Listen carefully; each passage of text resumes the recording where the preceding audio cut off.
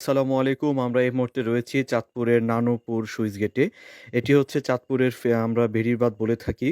মূলত চাঁদপুর সেচ প্রকল্পের যেই পানিগুলো জলাবদ্ধ হয়ে আছে, সেই পানিগুলো এখান দিয়ে বাহির হবে।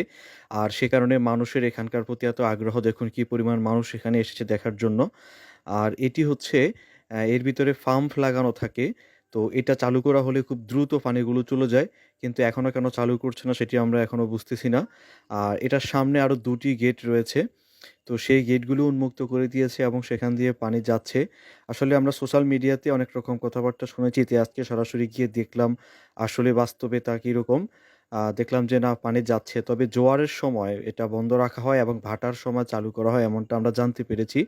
দেখুন কি এভাবে পানি যাচ্ছে। এই পাশ দিয়ে খুব একটা মনে হয় না যে পানি যাচ্ছে। মনে হয় খুব কম পরিমাণ যাচ্ছে। কিন্তু ওই পাড় দিয়ে দেখলে বোঝা যায় যে না, মোটামুটি পানি যাচ্ছে।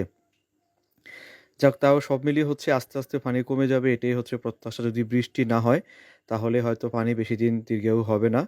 এটা সবাই প্রত্যাশা করে। আর ওই পাড়ে প্রচুর পরিমাণ দেখেন মাছ ধরার একটা খেলা চলতেছে।